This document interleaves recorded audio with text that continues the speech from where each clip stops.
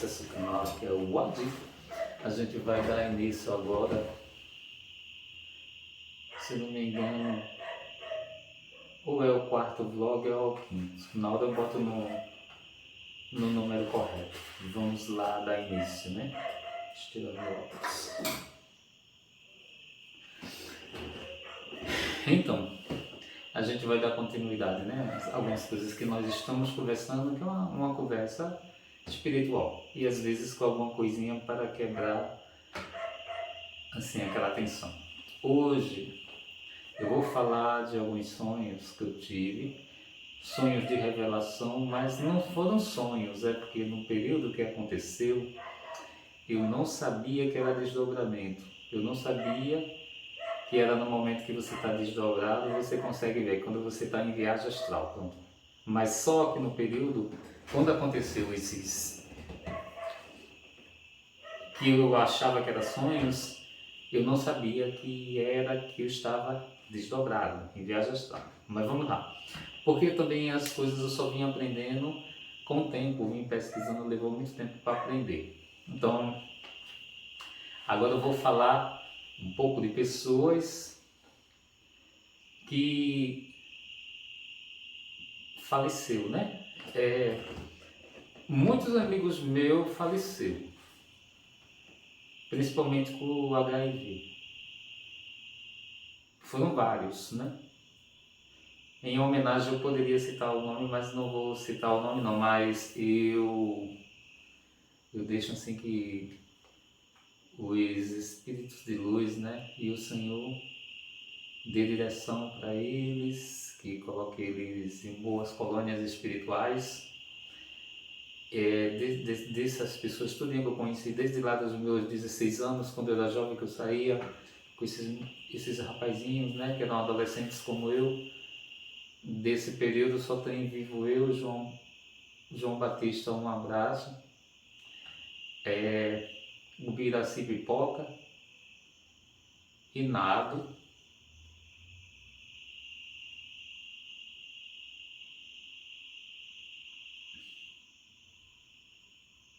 que eu lembre, só tem esses, na época quando eu não morava na ilha, faz muito tempo, e faz tempo que eu não vejo eles. Aí vamos mais para frente.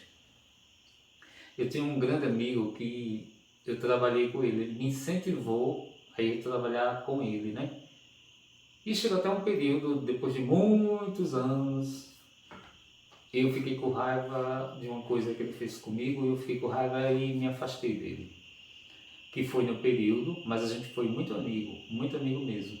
Foi no período que eu trabalhei com ele no salão. Nesse período ele me incentivou muito a trabalhar, ele me chamou para trabalhar, eu não tinha curso, mas ele sabia que eu fazia algumas coisas assim, que eu tinha talento, né? Ele percebia que eu tinha talento para cortar cabelo. Aí ele me chamava e eu não queria, porque nesse período eu tinha feito um curso com esse amigo meu, João Batista, e a gente desfilava, eu fazia o curso de tarde, João fazia o curso de noite, porque João fazia faculdade e eu não fazia, eu fazia o curso de tarde. Então a gente às vezes desfilava pela mesma agência, né? Aí eu levava tudo, secador, ferro, lingomar, tudo quando a gente ia para os desfiles, né? Para tanto arrumar as roupas como para arrumar o cabelo da turma que ia desfilar, daquelas equipes. Era uma coisa que eu nem pensava que eu tinha talento para isso, eu nem imaginava. Mas Cláudio via, Cláudio dizia para mim: "Marito, tu tem talento, vem trabalhar comigo." Eu nunca queria, né? Que eu era muito novo, eu queria estar por ali aparecendo, né? Eu tinha esperança de trabalhar na área na época. E eu fiz o curso pelo Senac. Foi muito bom o curso. Lembranças muito boas. Aí passou-se o tempo, né? Depois do tempo que eu me afastei dele, que eu fiquei com raiva dele e me afastei dele. Eu já estava morando em Itamaracá. Aí ele veio a contrair o HIV, ele ficou muito doente. Depois a gente se cruzou, a gente se falou. Mas aí a gente estava um pouquinho afastado porque eu ainda estava com raiva. E eu sou muito difícil quando eu fico com raiva, né? Aí eu sei que ele foi piorando, piorando. Aí Thelmo mandava mensagem para mim: "Ô, Adi, Cláudio está muito doente, vai dar visita a ele antes que ele morra." Aí ele já estava na casa da irmã dele, em Olinda. Aí foi nesse momento que eu fui. Aí minhas irmãs quiseram até ir com ele, porque ele era tipo uma pessoa da família, né? Ele ia lá em casa, tudo, almoçava lá em casa, ia acampar com a gente, dormia lá em casa. Era bem assim, eu também ia na casa dele, almoçava lá com a mãe dele, tudo, com os pais dele, com os irmãos, todo mundo me conhecia, né? Que era como se fosse da família, era uma amizade como se fosse pessoas da família. Aí ele faleceu, né?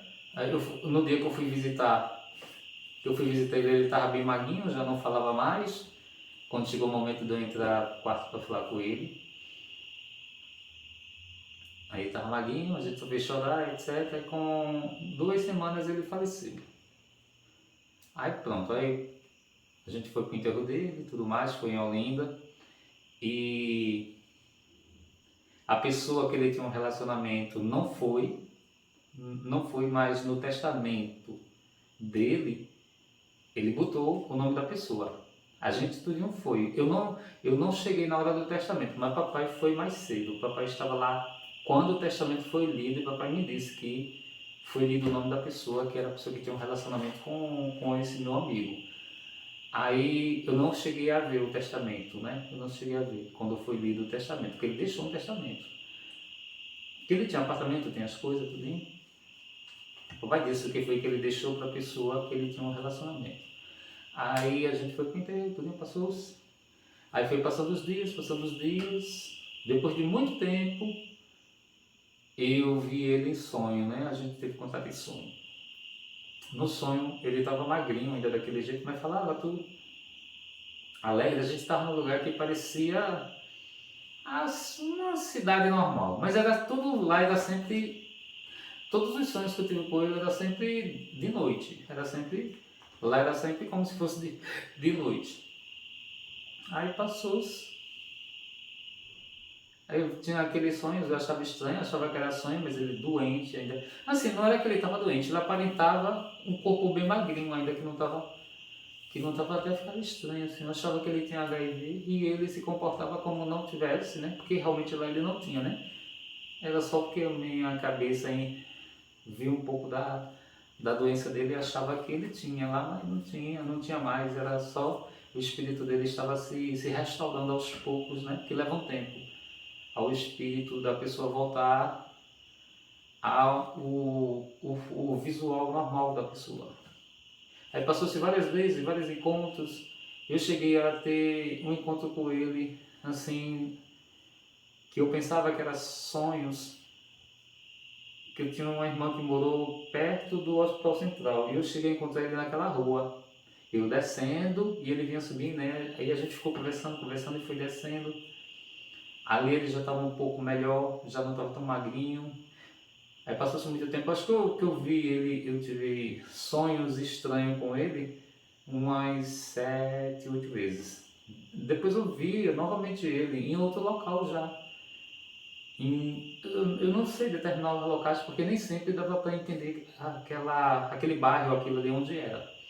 E a gente sempre quando se encontrava conversava, né? Sempre conversava e ele foi melhorando, melhorando. Eu sei que a última vez que eu vi ele, eu acho que já tem uns 2 anos e meio, 3 anos. Ele estava normal, com o corpo dele forte como era, estava com aspecto bacana, mais jovem. A gente conversou um bocado, tudinho. Aí ele tinha que sair, foi embora. E dali eu continuei por ali um pouco, eu sei que depois eu me acordei e passou. Mas eu já vi que ele tinha se restaurado. As outras pessoas que faleceu, Ladelso, era muito amigo de Ladelso, não tive nenhum sonho com Ladelso, não vi Ladelso.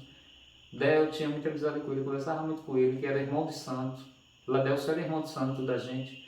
Eu não vi, eles morreram também, eu não vi eles. Adelso, que era meu avô de santo, que ia me iniciar, que ia raspar o chumadeiro em mim, ele faleceu. Ele nem quis, nem que a gente visse, só quem via ele era meu babalorixá, o Biraci. Era só a Bira que via ele, porque ele não queria nem que a gente visse ele quando ele estava doente. Então, ele faleceu, como eu também não tinha muito, assim, ele fez em mim, ele ainda fez em mim buri, ele deu banhos de avenida, ele abriu cura em mim, o meu avô de santo, que ele ia me iniciar, ele ia me raspar.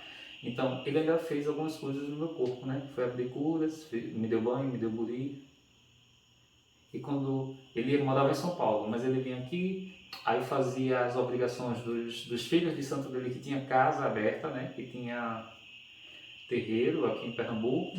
A gente foi para a festa de um filho dele de Timbaúba, que era filho de Iemanjá. Ele foi lá dar uma obrigação, ele levou a gente tudo para aquela festa. Sempre a gente ia para as festas, porque ele trabalhava para o Ubiraci, que era o meu babalorixá, e a gente ia para as festas. Ele ia fazer alguém, mas a gente ia tudo para a festa junto com ele.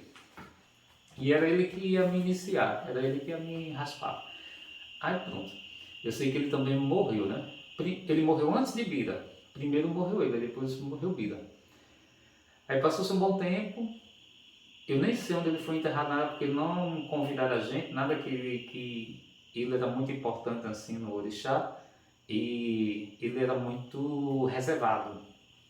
Ele não gostava de muita coisa, né? Era muito reservado. Às vezes ele estava com a gente, não conversava muito. Quando ele estava indo comigo comprar as coisas para me iniciar, que ele foi muito comigo comprar as coisas, ele conversava pouco, ele não era de conversar muito.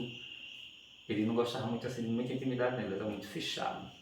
Já com o Bira não, com o Bira a gente era amigo quase irmão, que era meu pai de santo, era muito amigo a gente, muito amigo mesmo. Aí passou-se o tempo, eu vim morar em Itamaracá. Aí fiquei longe do terreiro, né? Foi ficando ruim de eu ir para lá, porque ficou muito longe. Nesse período meu avô morreu, que morava na esquina de cá do terreiro.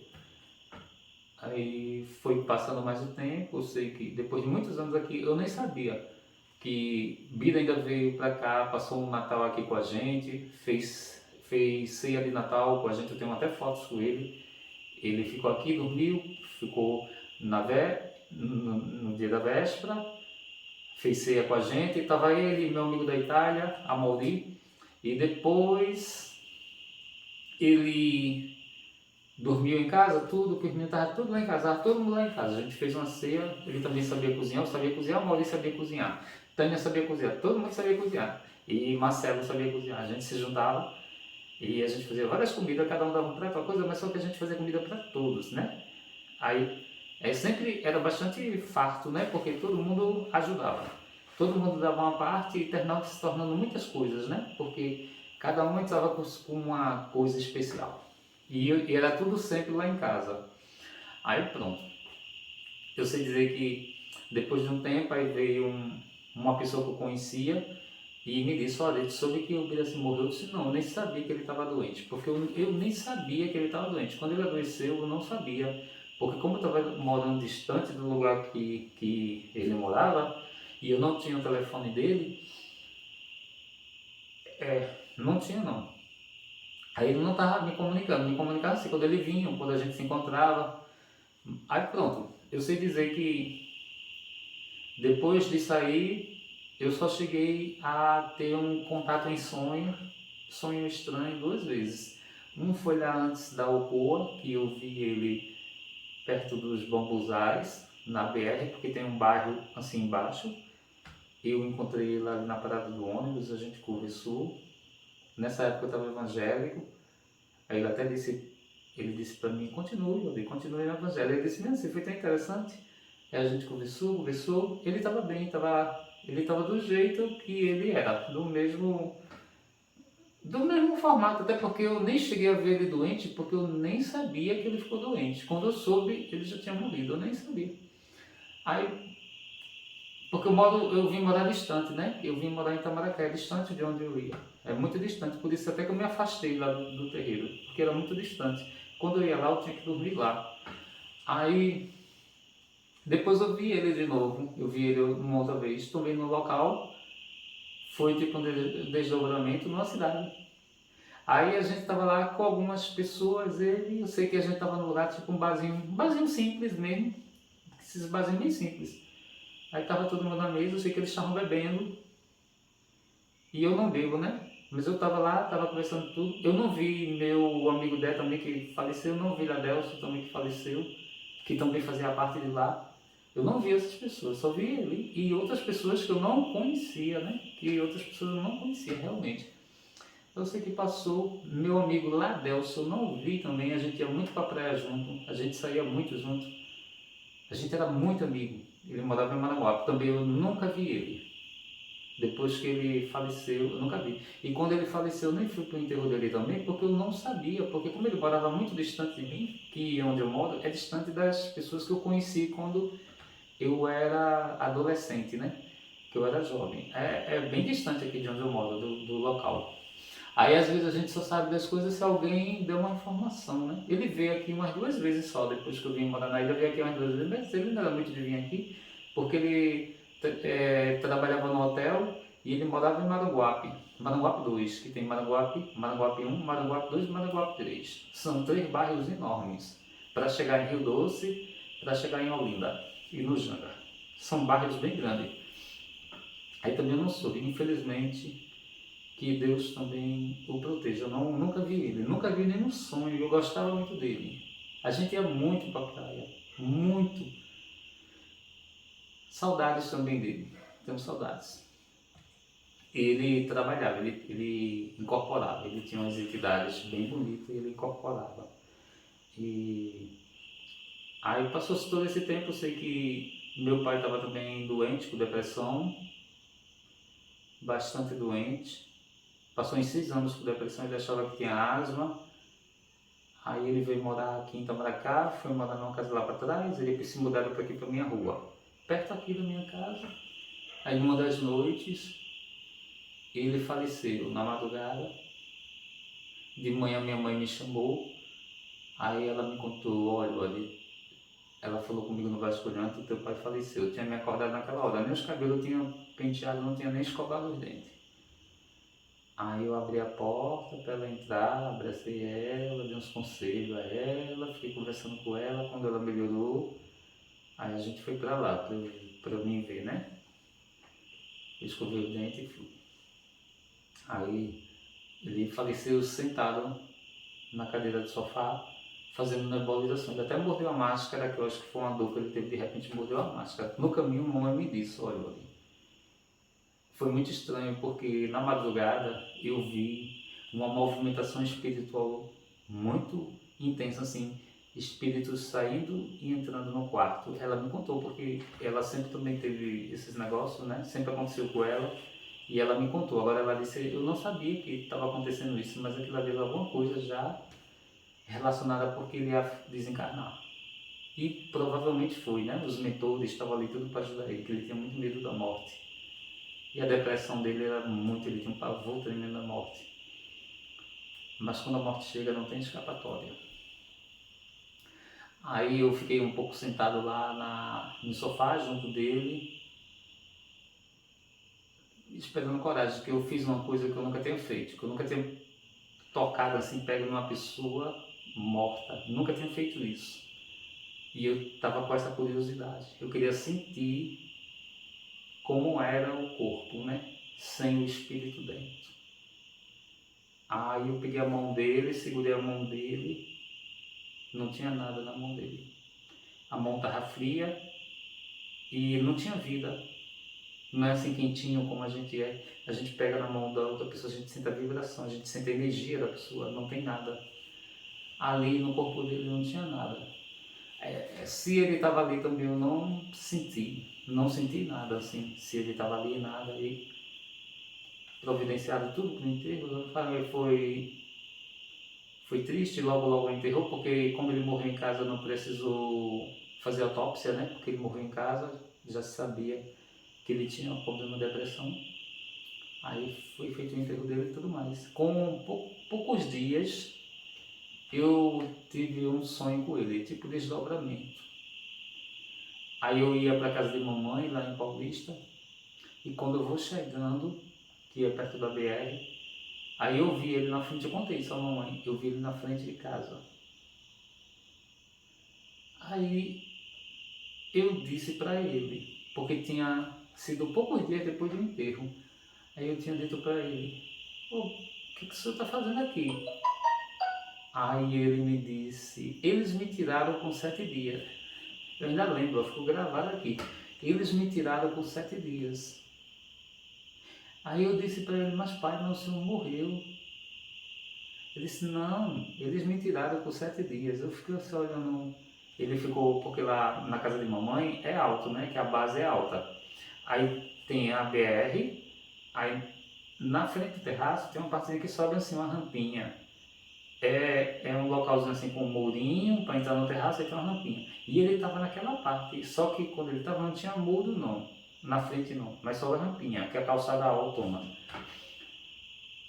Aí eu fiquei olhando assim pro corpo dele, né, porque eu fui pro enterro dele, eu vi o enterro dele, né, eu estava perto do caixão. Quando botou no túmulo, que foi lá em Paulista, que foi nas gavetas, que é um monte de gaveta, a gaveta dele foi do solo, foi embaixo. Quando botou o caixão lá embaixo, eu vi tudo, cimentou tudo, botou o nome, foi até minha cunhada que escreveu as datas, né? A data que ele nasceu, a data que ele morreu, o nome dele e tudinho. E eu vi tudo. Aí por isso que eu fiquei olhando assim, não é possível, né? Mas, aí depois eu entrei dentro de casa, fui falar com a mamãe e daí passou-se. Apagou-se daí, né? O resto apagou-se, o período desse acontecimento, né? Aí passou-se tempo, tudo.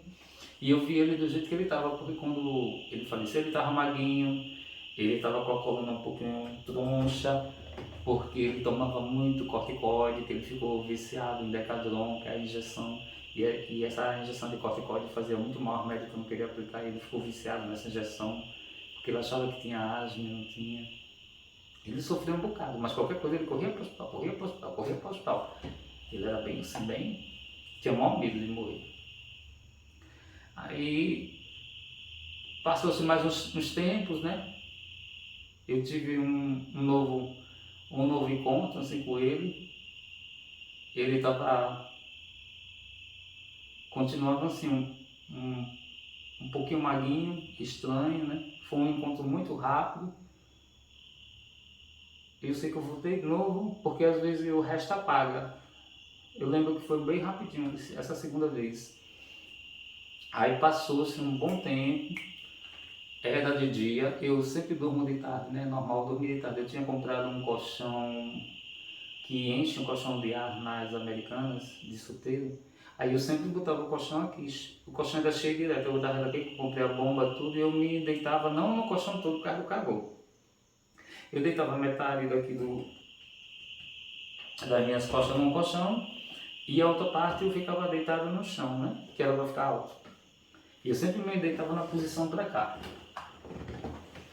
Aí nesse dia, deitado assim, eu sei dizer que eu agarrei no sono.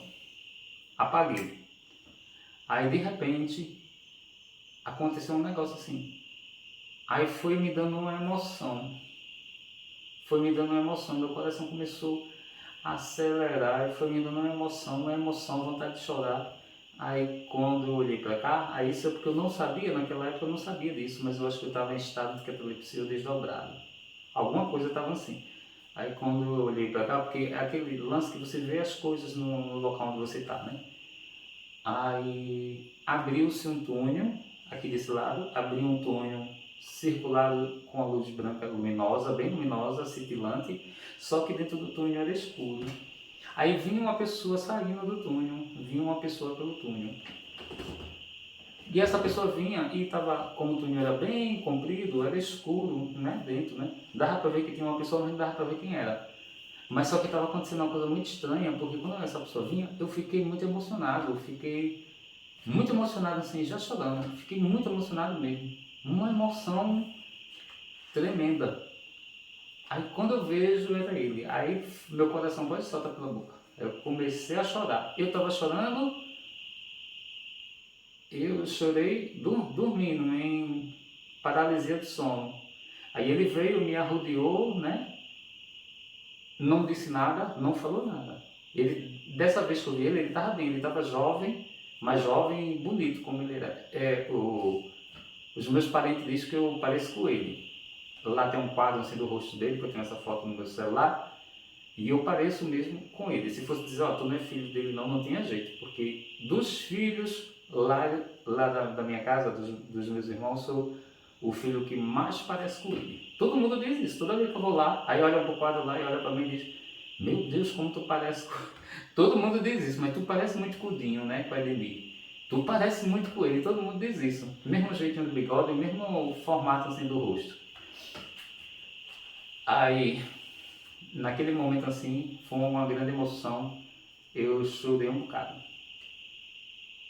Aí ele voltou, né? Ele não pôde ficar. Ele voltou, foi ele estava bem mesmo dessa vez quando eu vi ele estava muito bem.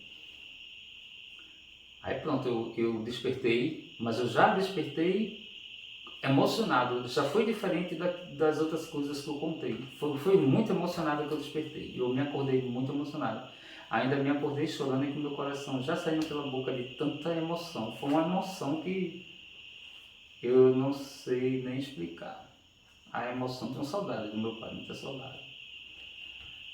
Foi uma emoção grande. Depois dali nunca mais aconteceu. Que eu lembre, se aconteceu alguma coisa a mais, eu não sei dizer porque eu não lembro, porque eu nunca mais vi, nunca mais aconteceu. E quanto a minha avó, aconteceu um negócio com minha avó, foi bem antes dele, né? Bem antes mesmo dele morrer. Eu estava dormindo no meu quarto, tudo tranquilo, nem sabia que minha avó estava internada. Aí de madrugada eu sonhei com ela, um sonho muito rápido. Ela me procurava e me dizia: o Adi, diz para eles que eu estou bem. Foi só o que ela disse para mim: o Adi, diz para eles que é da família dela que eu estou bem. Foi o que ela me disse, eu lembro bem. Aí, no meu sonho normal, tudo bem, tive um sonho, né? Um sonho, entre aspas. Aí quando foi de manhã, que eu me acordei e me disseram: olha, Maninha morreu, a gente chamava ela de Maninha, que é minha avó, mãe de mamãe. Ela morreu. Puxa vida, ela morreu de madrugada. Disseram, né? Ela morreu de madrugada. Ela estava internada e morreu de madrugada. E ela ia para os lugares assim, às vezes a gente ia para a João Pessoa, que é uma praia de Tambaba, a gente ia para Paraíba, a gente ia para algum lugar, muitas vezes ela ia junto, ia acampar, ela ia junto. Ela saía com a gente, né? Aí, puxa, isso aconteceu. Aí eu fui para o enterro dela, né? Claro, né? Tinha que ir. Aí aquilo na minha cabeça, né? Ela me pediu para eu dizer isso, né? Eu lembro que ainda a minha tia Graça, estava todo mundo assim na beira do caixão, já perto de levar para o mesmo lugar que papai se enterrou, que é o cemitério de Paulista. Quase perto de levar ela para colocar na gaveta, né, na sepultura. Aí eu disse para minha tia aquela coisa, né, porque ela tinha dito: diz para eles que eu não, diz para eles que eu estou bem. Foi o que ela me disse, só isso que ela me disse. Aí eu ainda disse, eu estava muito intimidado assim para dizer, né? Eu não estava com coragem de dizer, mas para essa minha tia, Graça, eu ainda disse para ela. E disse para a mamãe, eu disse à mãe. De madrugada, eu tive um sonho com ela, ela me dizia: diz para eles que eu estou bem. Aí eu disse para ela e disse para a mamãe, disse: ó, ela mandou dizer, eu sonhei com ela de madrugada e ela mandou dizer que estava bem. Foi só isso que ela me disse. Aí tá certo, ficou quieto, eu não disse para todo mundo, porque sei lá, depois as pessoas ficam ignorando, as pessoas não entendem, né? Não sei. Eu sei que lá no caixão dela, ela estava serena assim, o rosto dela estava bem tranquilo, bem sereno, muito sereno mesmo, bem sereno. A minha ex-cunhada também, que teve o câncer, que trabalhava no hospital, ela trabalhou toda a juventude dela no hospital. Ela era Ana Nery, responsável pelo setor de cirurgia, depois ela fez instrumentação, também instrumentava e fez psicologia, a mãe do Júnior, de um sobrinho que eu tenho. Aí ela teve o câncer e morreu também, mas antes de morrer a gente conversava, ela estava na Universal. Aí a gente conversava, né? Às vezes eu dava os conselhos a ela, antes dela morrer. O filho dela se formou e ela estava no hospital do câncer, internada, porque ela já tinha descoberto o câncer. Quando ela descobriu, já estava bem... O câncer já tinha se alastrado no abdômen dela.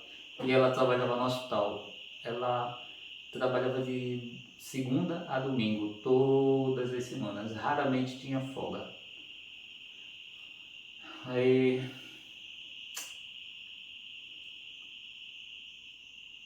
a formatura dele, né, a gente foi, tudinho, eu levei a máquina, tirei muitas fotos, eu levei a câmera lá para o hospital para ela ver as fotos, tudinho. Ela viu todas as fotos. Esse hospital de muito sofrimento, uma energia muito pesada dentro desse hospital. Eu lembro que eu desci para o térreo, aonde fica os pacientes terminal. Ai, é muito triste. Eu entrei naquela sala para ver, né? É muito triste. Lá desse hospital a gente sente uma energia de morte tremenda em todo lugar. Todo lugar você sente espírito dentro do hospital do câncer. Todo lugar, porque é um lugar que as pessoas sofrem muito. Todo lugar eu sentia aquela energia. Aí eu sei dizer que ela viu as fotos e ficou muito feliz, mesmo ela não podendo ir ver a formatura do filho dela, né? Mas eu tinha prometido a ela que eu ia tirar as fotos, ia levar as fotos para ela ver. Aí depois de um tempo, ela desceu para esse local, ela desceu para o térreo, para esse local onde ficavam os pacientes terminal. Naquele dia mesmo que ela desceu, ela morreu. Também a gente foi para o enterro dela, né, que eu gostava muito dela. E até quando fomos levar para a sepultura, que foi no mesmo lugar onde meu pai e minha avó se enterrou, eu até peguei na alcinha do caixão. Ela era uma pessoa muito digna, uma pessoa incrível. Gostava muito dela. E depois de um tempo, eu só sonhei com ela uma vez só. Eu sonhei com ela no local, a gente estava no local que também era tipo uma cidade, um bairro, né? A gente conversou tudinho e lá ela estava bem. Apesar de ela ter morrido muito magrinha, o aspecto dela estava bem assim, porque ela estava muito sofrida, mas ela estava bem. A gente conversou um pouco, apesar do filho dela estar numa vida difícil, mas ela não falou nada, eu não tive nada assim, não lembro dela ter me dito nada assim do filho dela, nada. Eu até acredito que ela olhe muito pelo filho dela porque ele era filho único e ela amava muito o filho dela. E eu acredito que ela sempre está de olho nele porque ele está com os problemas e antes dela morrer ele já estava com esses problemas e ela sabia. E eu acho que ela protege muito ele.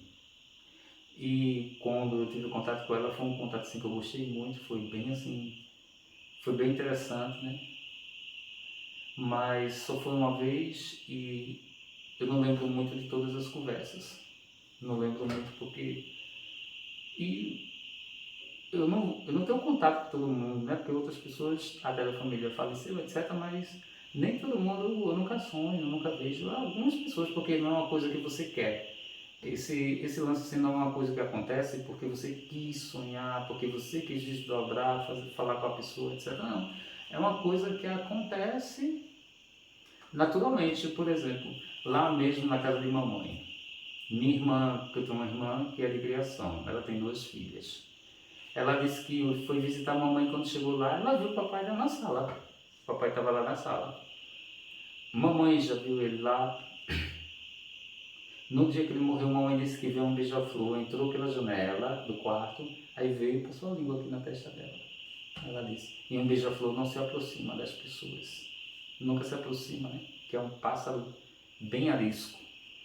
E mamãe já viu ele, porque mamãe também tem essas coisas, né? Esse tipo de mediunidade, mamãe tem também. Minha irmã disse que viu ele lá. E eu acredito porque eu também vi. Eu também vi também. Então eu acho que ele sempre está por perto da família, meu pai sempre estava perto. Eu acho que ele sempre cuida lá da esposa dele, né? Porque eles foram casados há tantos anos, mais de 30 anos casados, muito mais, muitos anos casados, porque os casamentos há muitos anos atrás duravam muito. É difícil hoje em dia um casamento durar tanto. E eu sei que com certeza ele ainda vai lá, né? Como veio na minha casa, com certeza. Que depois que a pessoa perde a vida, não acaba não, continua do outro lado. Às vezes a pessoa tem a chance de ter o contato com os parentes. E às vezes as pessoas não querem ir com os mentores espirituais, ela não quer seguir o caminho dela. Aí ela fica no umbral, né? Quando ela não quer seguir no caminho dela, ela fica no umbral, fica dentro das casas, como a minha prima que fica lá na casa da vizinha do meu irmão, né? Ela sempre aparece lá. Sempre, porque ali é o local que ela gostava. A mãe dela vendeu, se mudou, mas o espírito dela... Mas isso é assim mesmo, né? No começo, assim, meu irmão contou que escutou a mulher dele, que a mulher dele morreu também de câncer no seio. Logo no começo ele escutou, quando ele estava dormindo, ele disse que escutava lá, quando ela chegava para o carro, ela assoviava e dizia: marido, abre o portão. E ele disse que já escutou ela falando isso. E outro detalhe, teve uma vez que eles foram para casa de mamãe, aí de repente ele não viu o filho dele. Aí quando ele voltou para ver ele, ele disse que pegou o menino e tinha entrado assim na rua. O filho dele disse que a mãe dele tinha chamado ele. Foi bem interessante, ele era bem pequenininho e ele era muito apegado à mãe. Ele dormia em cima do busto da mãe dele, quando ele era pequeno, Júnior. Ele agora está grandinho, está bem grandinho. Aí, dela só tem esses dois relatos, mas com ela assim eu nunca tive nenhum sonho, nenhum contato nenhum com ela não. Nunca. Ela morreu de câncer no seio. E foi bem difícil, né? Ele ficou com os filhos, né? Foi bem difícil, mas ele já superou.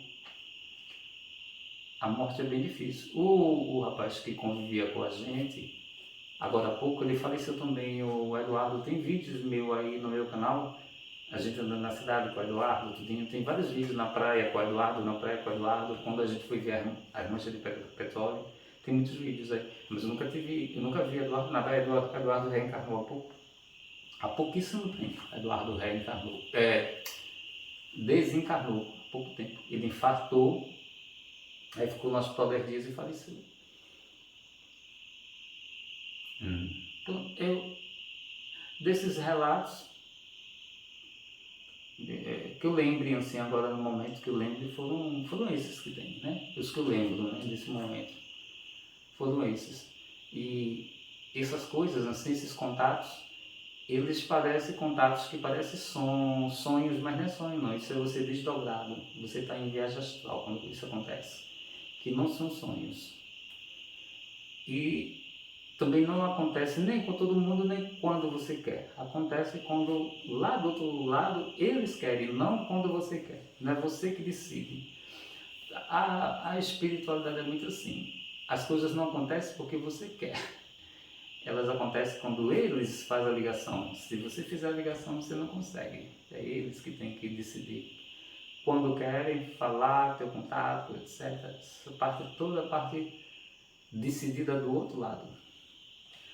Então, mas é confortante, né, saber, né, que as pessoas fazem isso, né? Eu vejo muito vídeo assim de médios que escrevem psicografia. Eu gosto muito de ver as cartas, né? Quando tem um médio de São Paulo que tem um apelido de Abelhinha, aquele médio é muito bom.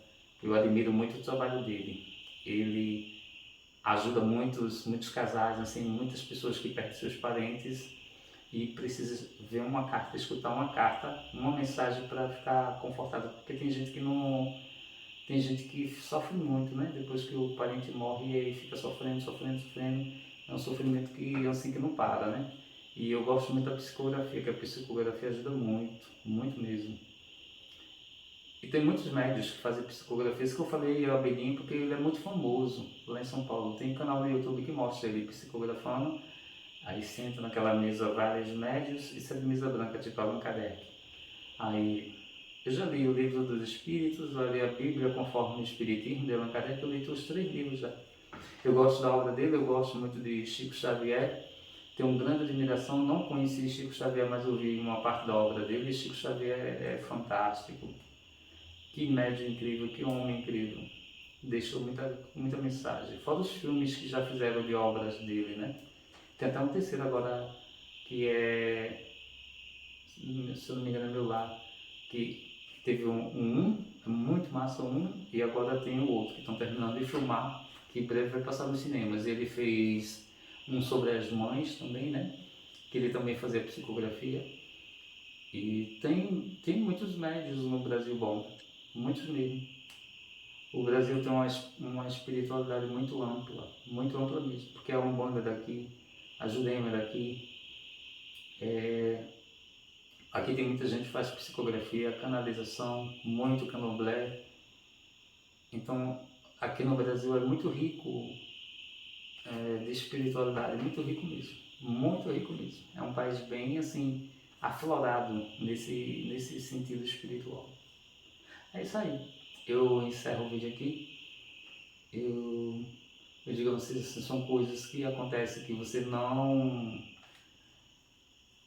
escolhe, você não pede, essas coisas que eu estou falando assim, isso até acontece com minha mãe também. Minha mãe me conta, eu conto a ela me conta. São coisas que acontecem mesmo. Um dia eu estava na casa dela, quando eu me operei, eu vou contar só esse pedacinho, eu encerro o vídeo.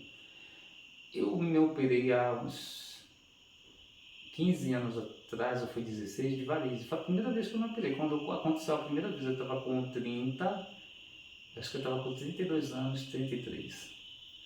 Aí eu me operei na Santa Casa, foi pelo SUS. Então, como tinha sido a primeira vez que eu me operei, que eu também não podia subir escada, e daqui tem escada, aí eu passei na casa de minha mãe 28 dias. Quando eu saí do hospital, eu fui para lá, fui para casa dela. E eu fiquei dormindo no quarto dela, né? Porque tem ar-condicionado, ela tem a cama dela de casal, fui botar uma cama de solteiro para mim e eu dormia lá. Aí, num dos dias, papai era... Deixa eu ver se papai estava vivo. Papai era vivo. Ou não era? Eu não lembro se o papai estava vivo ou se o papai... Eu não lembro se o papai era vivo. Acho que não era não, porque o papai já tinha morrido. Eu não tenho certeza não lembro direito não, agora não. Se ele já tinha falecido ou não. Eu sei que nesse dia era um sábado e ela ia sair com o meu irmão e a mulher dele. E ela ia pro Sesc, que tem um restaurante no Sesc, e ela ia pro Sesc almoçar lá com eles. Eles vieram pegar ela de carro.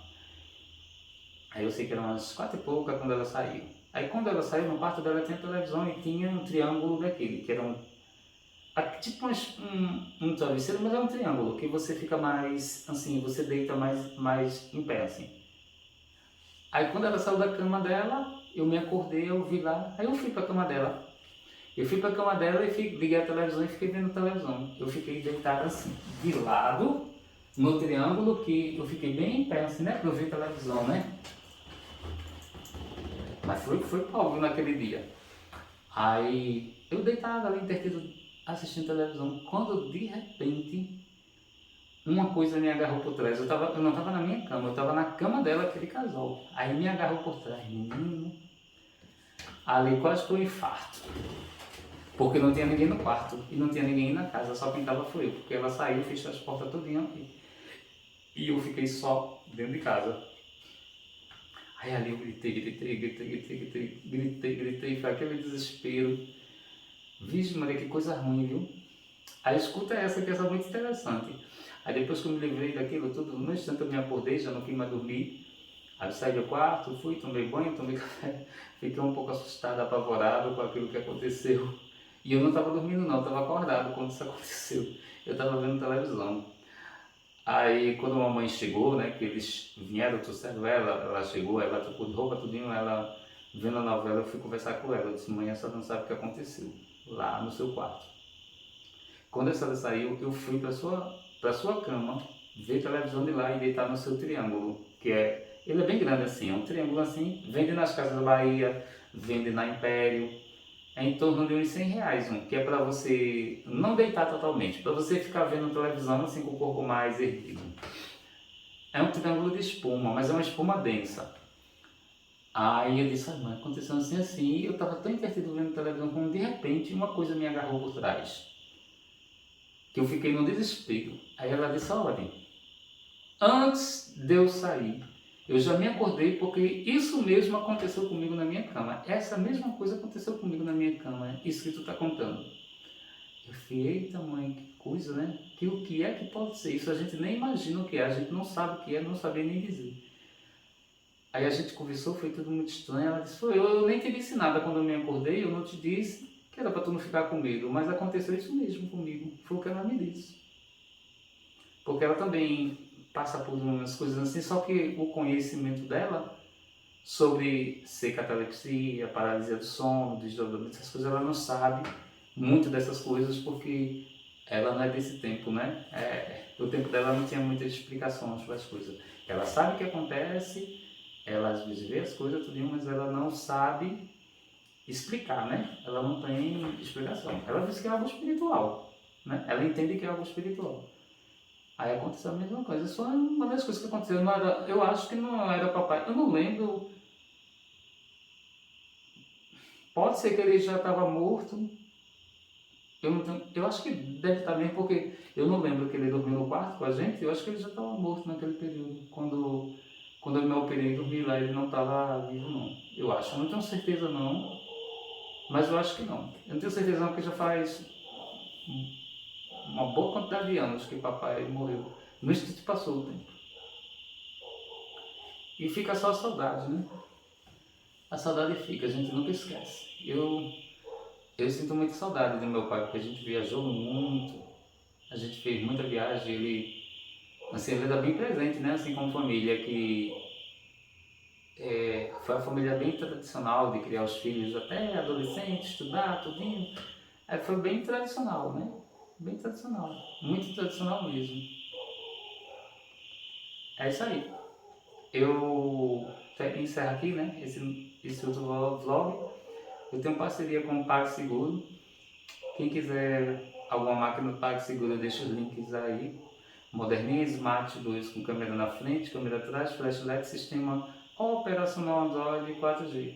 Essa moderninha Smart está R$12,24,90, metade do valor do preço dela. Aproveita que ainda é uma chance boa de comprar. Todas as máquinas do PagSeguro estão em promoção, as outras ainda é menos ainda as parcelas. E eu deixo o link do Mercado Pago Point Smart com câmera na frente, câmera atrás, flash LED, sistema operacional Android 4G. Nesse link você pode comprar qualquer uma das 4 máquinas do Mercado Pago. Seriam 5, mas a outra ainda não entrou no site do Mercado Pago. Você consegue comprar ela no Mercado Livre, que lá já tem. Alguns vendedores têm ela já, que é a portátil 4G. E eu agradeço a todo mundo que compra máquina nos meus links. Quando você compra, ajuda o canal. Do PagSeguro são 5 anos de garantia, do Mercado Pago são 3 anos de garantia. E peço a vocês que embaixo do vídeo tem uma palavra branquinha, inscreva-se no canal. Você se inscreve, clica no primeiro sininho, dá um likezinho se gostar. Se não gostar, dá dislike, faça o que quiser. Eu percebo que vocês não dão muito like, não sei porque, é preguiça que vocês têm, não sei. Mas não importa não, se fizer tá bom, se não fizer tá bom. Se ver o vídeo, o que importa é que veja o vídeo, que entenda o conteúdo, que entenda a mensagem, tá? E eu vou agora recitar o Ho'oponopono da minha Japamala. O Ho'oponopono é um mantra. Esse mantra ele é do Havaí, nem é budista, nem é da China, nem é tibetâneo, nem é indiano. É do Havaí, é o Ho'oponopono do Havaí, está aqui na minha Japamala. E peço a vocês que vejam os comerciais para ajudar o canal e eu termino o vídeo com o Ho'oponopono. Está aqui, ó, na medalha. Aí como é? O Ho'oponopono, se eu não me engano, são 4 frases. Eu vou ter que tirar porque está de cabeça para baixo.